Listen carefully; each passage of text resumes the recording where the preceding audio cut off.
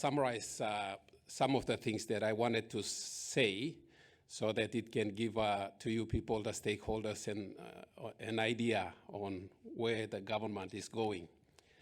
This seminar is quite timely because the government right now is in the midst of carrying out a major reform that will impact upon the mining and petroleum industry and in the way we do business here. But let me very quickly come to assure all our stakeholders that the government is very cognizant of the need to create a good, stable platform upon which everybody, all of us, can get into business in these industries and to be able to benefit out of it.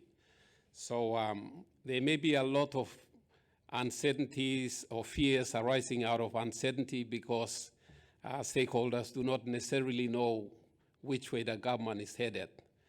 But this sort of dialogue will help to enlighten all of us so that we remove the fear factor and proceed together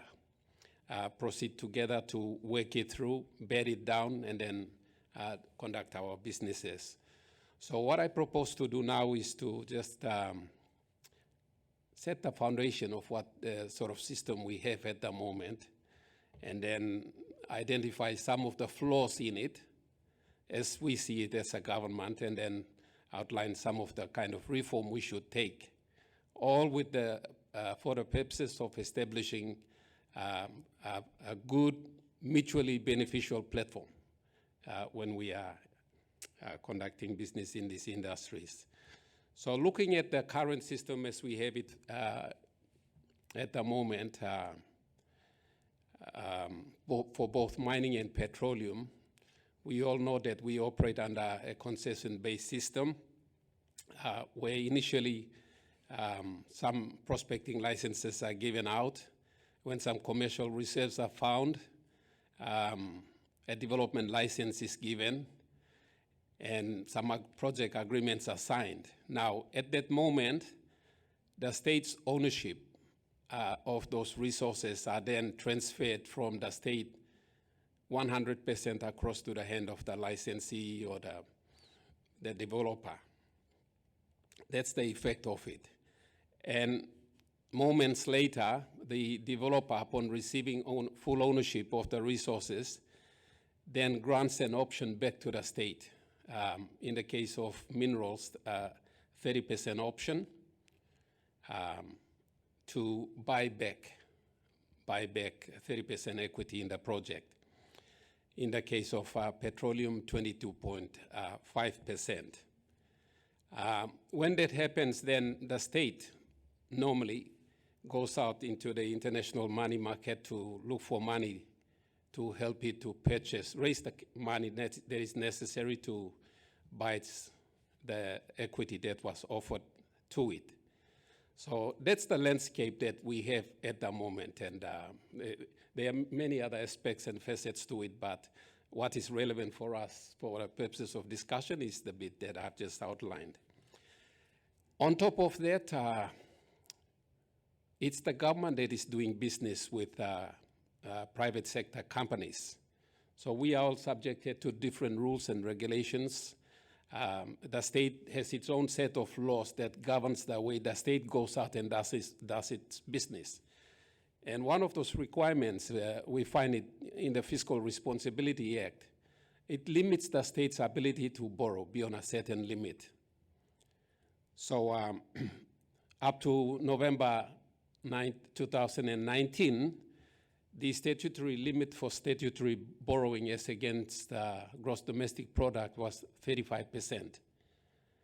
35%, I think most of you are aware of that. And then in November 2019, the government, in passing the budget, also set about amending that legislation to increase the ceiling from 35% up to 45%. So we now have that, that's the ceiling under which we are operating. So in any given year, the government has to make sure that its total borrowings do not exceed that limit. And that's very relevant to how the government is now responding to trying to bring about some reforms because of the constraints that we have. Now, ordinarily, you don't go about changing things if they are working very well. Or if you've got a whole range of things going at the same time and a few of them are not working well, then your focus is on those areas where they're not working well and you set about trying to improve it so that future business can be conducted better to everybody's satisfaction. So the main reason why the state is setting about carrying out a series of legislative reforms at the moment in mining and petroleum is because we think that there's certain aspects of the legislative framework that we are working at the moment that is not operating to the benefit of the state and the citizens of this country, to whom we as political leaders obtain our mandate. And let me go through some of those, what I call mischiefs, those things that are not working right for the state, so that then you can understand that is our motivation for wanting to bring about some reform.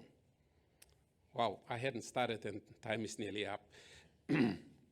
Number one, as I said just moments ago, when we sign a project agreement and give a license, we lose our ownership to the resource without any compensation flowing back to the state.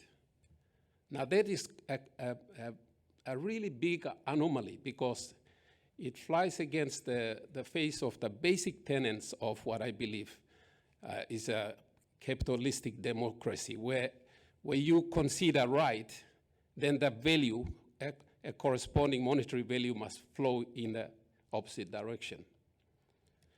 Here we forfeit all our ownership to resources, to the developer, and no compensation comes back. That's the first big glaring anomaly to which not many people have addressed. You know, it's the elephant sitting in the room, and nobody talks about it. Then the next anomaly is the requirement to buy back. Something which you own 100% yesterday, but gave it away FOC, and then have to buy back tomorrow for a lot of money. That's anomalous from our thinking. Then we have to go to the money markets. That's the third anomaly, to borrow substantial amounts of money to finance our back-in. That adds to our debt stockpile.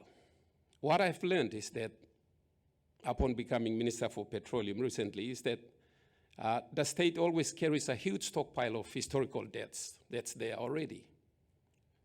So if the limit was 35%, or say now 45%, your historical debt's already sitting at 42%. Now that brings about the fourth mischief, thing that's wrong with the current scheme of laws. We need to go out and borrow money annually to finance any deficit budget for development, economic development purposes. We need to do that. But you are playing within, when the historical debts already sit at 42% on a ceiling of 45%, you have a leeway of 3% only.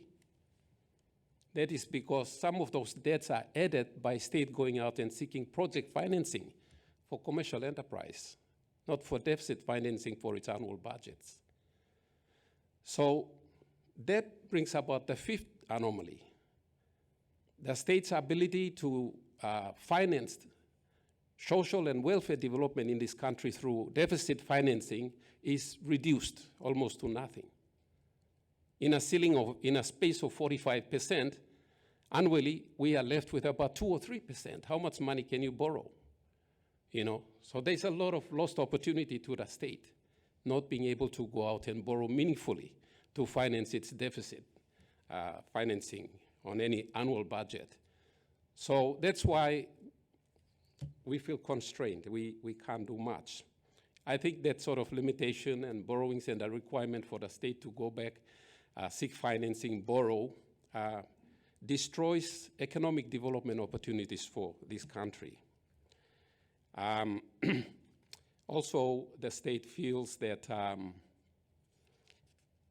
the current scheme does not maximize within reason the state's ability to make some more money to meet all the challenges we have in this country. So those are the mischiefs. Now you can see why. You can develop an appreciation and understanding. If you are sitting in the chair that we are sitting on the state side and you look at the landscape, these are the challenges, these are the problems that you see. So how can you go about reforming it without threatening, without hurting other people in the mining and petroleum space, without discouraging investment? So the remedies that we are looking at is that, firstly, we have to move away from this concession-based scheme that we are operating under and move into production sharing arrangements for both mining and petroleum. There's some questions about whether it's doable in mining, but I think those are logistical things, and it's doable in a general sense, and we can talk the details later. One of the remedies will be, in this reform, will ensure that state ownership of the resources is maintained from exploration to production to the point of export. And it's at the point of export that the benefits can be shared between everybody. And the state will not have to borrow ever again. And therefore,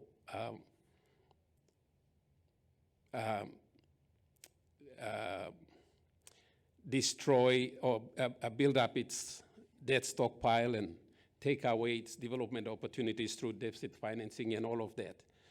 So in that kind of scenario, we see in such a reform that the developers will have to bear the full cost of production from exploration to production. Now, this sounds onerous, but my short response is this. When you look at it, it looks frightening, but anything can be financed so long as you have a good commercial proven reserve. That is sufficient security. Everything else is numbers, and you can work out the numbers, and you make sure that everybody walks away from the table with a fair share of the production. So whilst the developers are expected to bear the full cost of production, we think that it's not such an onerous thing. The security, the ultimate security we have is the reserves that can to financiers. So that's the general landscape we're looking at, and the immediate impact of this is this. The state would not have to borrow again. That means that whatever borrowing capacity we have within the ceiling imposed by the Fiscal Responsibility Act, taking into account historical debts, if there's 4%, 5%, that space will only be utilized by the government for its deficit financing of its annual budgets. We won't have government businesses coming in and competing in that space with the need to deliver goods and services in the social for the benefit of the people of this country. So that's going to free that space up completely, and that for the state is a very, very positive. It's a big gain when you remove that debt requirement, debt financing requirement for projects, commercial projects from the state. That's a big, big plus. So very quickly, let me run down. We're going to do some structural adjustments. We're going to do some structural adjustments and create the operating vehicles and agencies that will have to carry the responsibility or share it out between them. The organic law that we now have sitting in Parliament only aims to achieve that outcome, which is to create the operating vehicles and the agencies. It's not going into other details such as the operational side of the mining and petroleum things. That will be in the next stage when we introduce legislations later next year. So this year, the organic law that will be introduced will just create the state's operating vehicles. If I can ask you to wind down and we'll discuss a little bit more. Okay. So we're going to create Kumul Petroleum under this organic law. We'll take care of all petroleum business, Kumul Petroleum Holdings Limited, Wapusong is here.